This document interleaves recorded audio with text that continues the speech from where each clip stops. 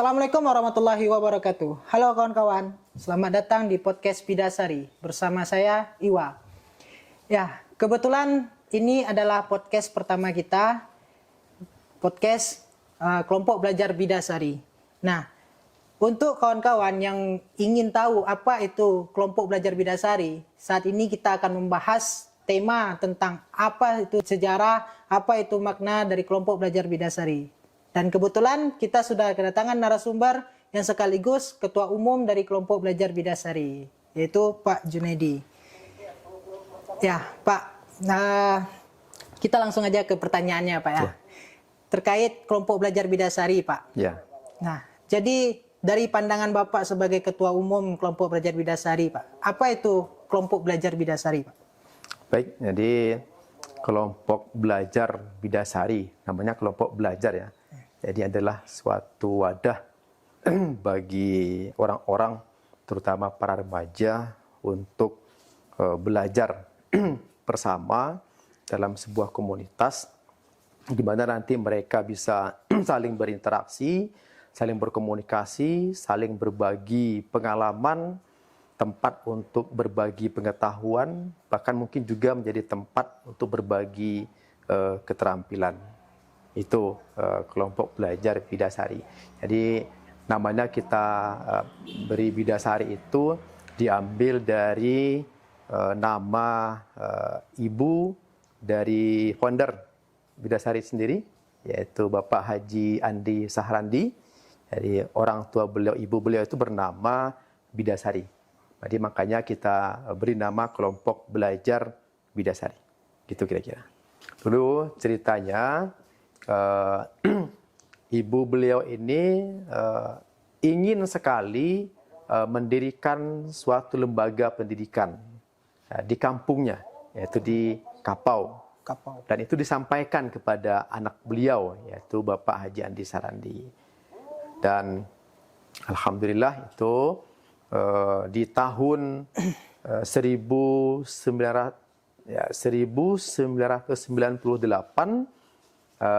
keinginan itu baru terwujud.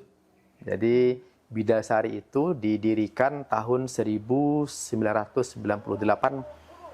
pas masa reformasi. Dan diwujudkan, diberilah nama kelompok belajar Bidasari. Diambil dari nama ibu beliau sendiri. Gitu. Nah, jadi secara singkatnya itulah istilah dari asal-usul nama Bidasari ini, Pak ya.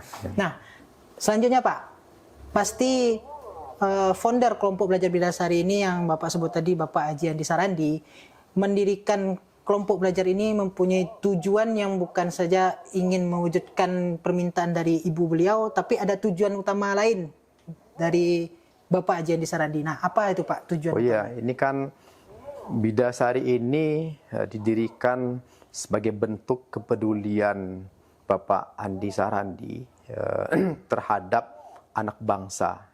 Jadi tujuannya bagaimana bisa mencerdaskan anak bangsa, dan beliau mengambil sisi lainnya, tidak melalui sekolah formal, tapi melalui lembaga atau komunitas yang bisa memberikan nanti semacam pendidikan, bimbingan ataupun pelatihan di kelompok belajar Bidasari ini. Jadi intinya beliau itu bagaimana bisa membantu mencerdaskan anak-anak bangsa. Ya, kalau dalam skop yang kecil tentu diutamakan adalah para remaja, anak-anak di Kapau sendiri. Namun tidak tertutup kemungkinan, ya, tidak hanya untuk masyarakat Kapau, tapi juga untuk masyarakat luas. Artinya siapa saja yang ingin bergabung di kelompok belajar Bidasari ini, kita welcome saja. Jadi tidak hanya untuk, walaupun namanya Bidasari dan tempatnya di Kapau, tapi tidak hanya untuk masyarakat Kapau sesungguhnya, tapi juga untuk masyarakat luas. Jadi beliau bercita-cita, berkeinginan bagaimana bisa membantu anak-anak dan remaja, membekali mereka dengan pengetahuan, keterampilan, sehingga nanti untuk mewujudkan itu banyak hal yang beliau lakukan ya di kelompok belajar Bidasari ini melalui program-program, baik itu peningkatan pengetahuan maupun peningkatan keterampilan, nanti ada berbagai macam bentuk pelatihan, dan tidak hanya mengisi aspek pengetahuan saja, tapi juga masuk keterampilan nantinya. Dan juga ada program-program sosial keagamaan dilaksanakan di Bidasari itu. Tadi ada sepenggal kalimat yang Iwa dapatkan, Pak. Bahwasanya Bapak menyebut di kelompok belajar Bidasari ini ada bentuk dari program dan pelatihan-pelatihannya itu, Pak. Nah, untuk sekarang ini, Pak, apa-apa saja, Pak, kegiatan yang ada di kelompok belajar Bidasari, Pak?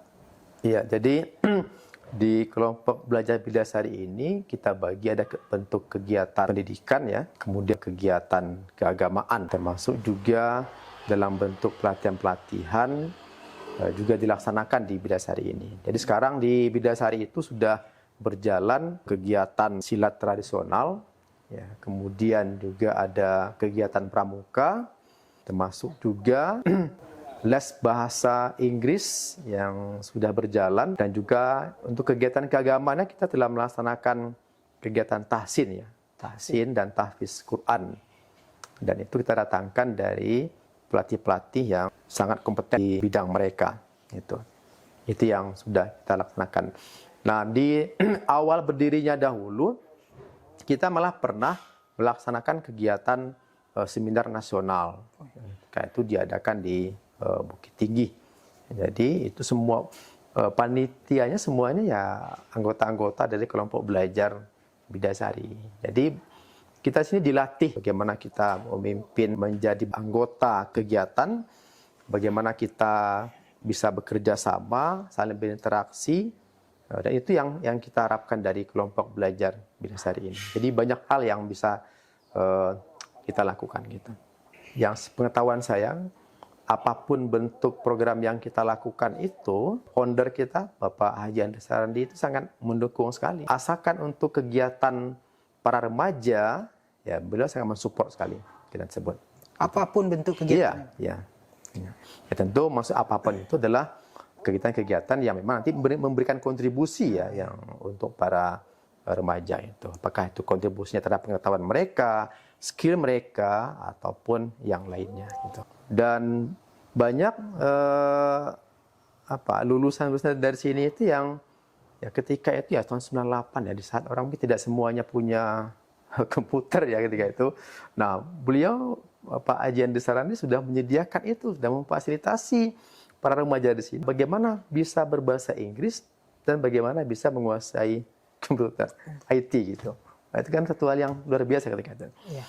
Nah, berjalan namanya organisasi bukan organisasi ya, namanya wadah atau lembaga sosial tentu mengalami pasang surut ya gitu. Sempat juga terhenti kegiatan ini karena memang peminatnya itu yang awalnya banyak ya, maklum para remaja namanya kalau sudah mereka belajar setahun 2 tahun udah hilang gitu. Nah, itu sempat terhenti.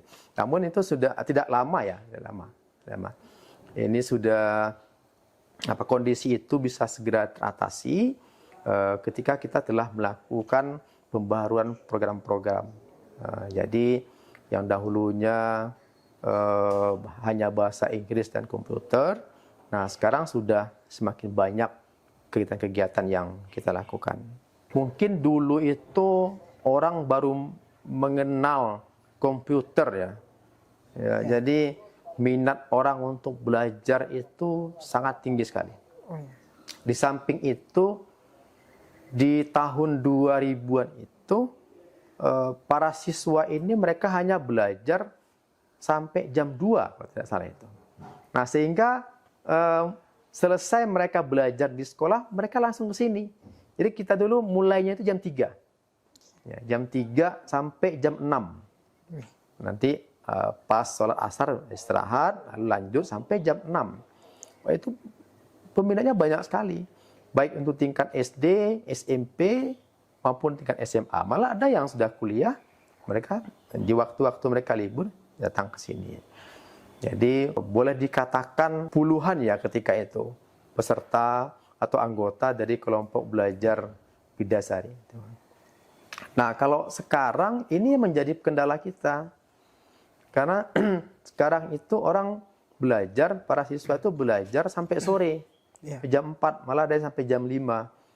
Nah, ini juga saya pikir menjadi kendala bagi kita untuk melaksanakan program kelompok belajar Bidasari di hari efektif, dari hari Senin sampai hari Jumat.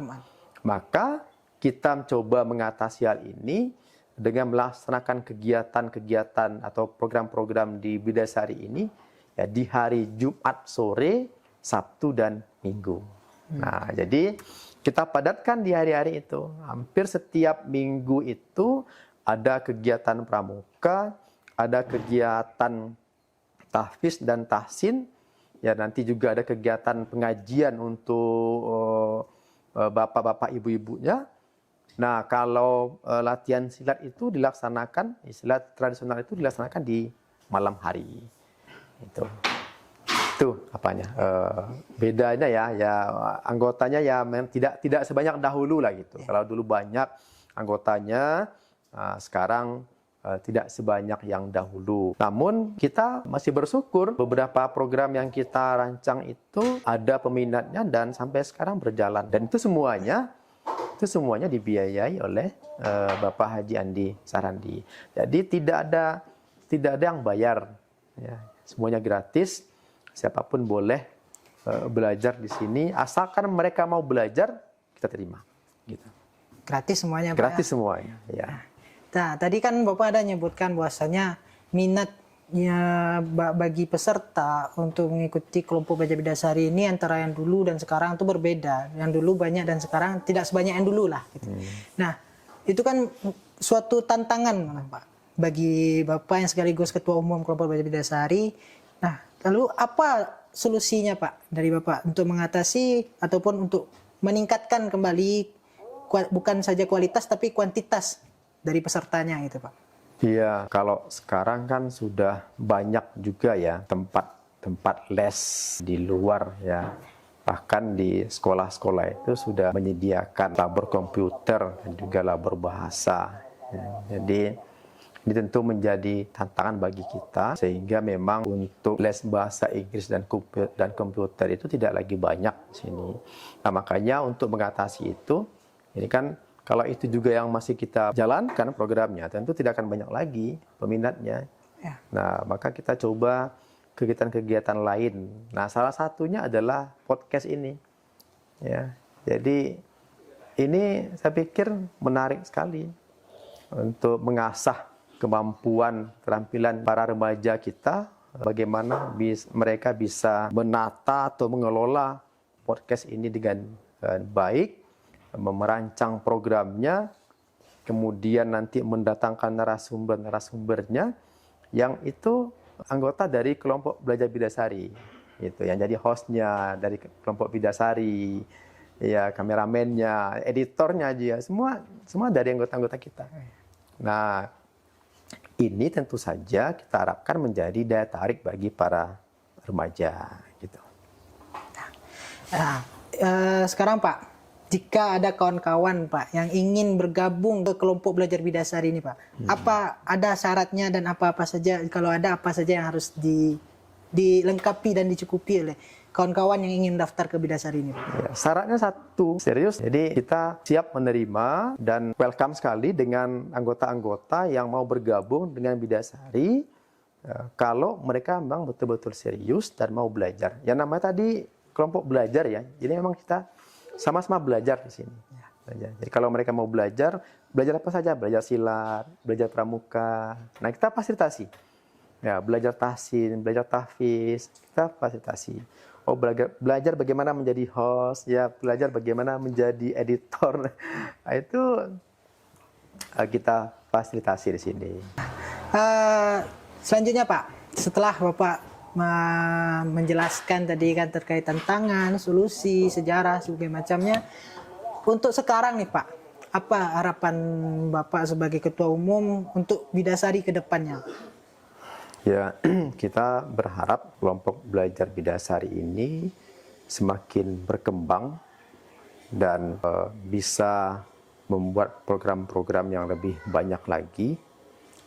Bahkan kita menargetkan mudah-mudahan ini bisa menjadi lembaga pendidikan ya nanti ke depannya Jadi di sini mungkin akan ada nanti lembaga pendidikan formal ke depannya ini, dan juga kegiatan-kegiatan bidasari yang telah berjalan selama ini tetap eksis dan semakin banyak nanti peminat-peminatnya, dan tidak hanya peminatnya ini dari masyarakat Kapau sendiri, tapi juga dari masyarakat luar. Jadi harapannya mudah-mudahan ini semakin berkembang dengan berbagai macam program-program yang bisa dinikmati atau didapatkan kebermanfaatannya oleh masyarakat Kapau dan sekitarnya, termasuk juga Agam dan Bukit Tinggi secara umumnya.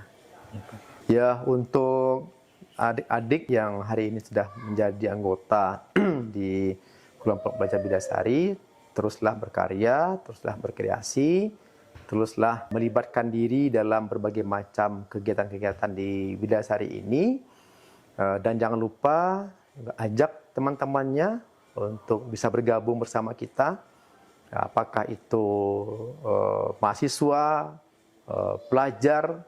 Ya, mari kita ajak mereka untuk bergabung di kelompok belajar bidasari ini, karena semakin banyak anggota kita, tentu banyak hal mungkin yang akan bisa kita laksanakan. Ya.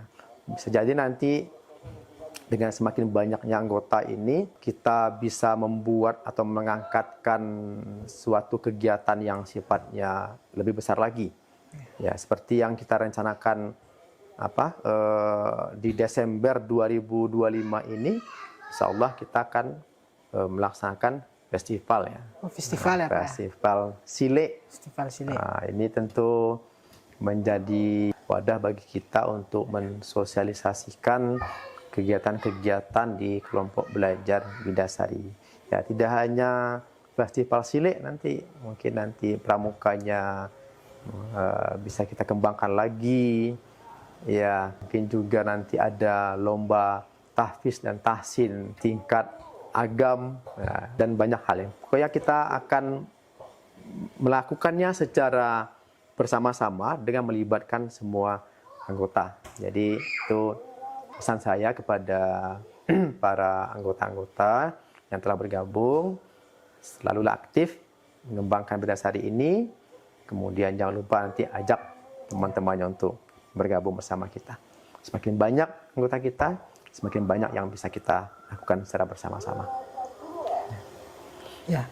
Nah, jadi itu kawan-kawan, bagi kawan-kawan yang ingin bergabung ke kelompok belajar bidasari, silahkan datang ke bidasari, karena kita di sini tidak mempunyai syarat yang khusus dan kita semuanya gratis ya Pak ya. Ya. Dan tidak ada batasan mau berapapun jumlahnya, sebanyak-banyak pun kawan-kawan bawa ke sini, kawan-kawannya atau saudara-saudaranya, silahkan. Kita sangat welcome menerima kehadiran kawan-kawan. Ya, mungkin Pak itu saja Pak pertanyaannya Pak. Terima kasih Pak. Iya, sama. Nah, itu kawan-kawan, ini adalah podcast pertama kita, podcast kelompok belajar bidasari. Dan jangan lupa bagi kawan-kawan yang ingin, yang setuju dan sangat mensupport, kami sangat membutuhkan support dan komen dari kawan-kawan, silakan like, subscribe, and comment. Dan jangan lupa untuk menonton video-video selanjutnya dengan tema-tema yang lebih menarik. Saya Iwa, pamit undur diri. Wassalamualaikum warahmatullahi wabarakatuh. Waalaikumsalam.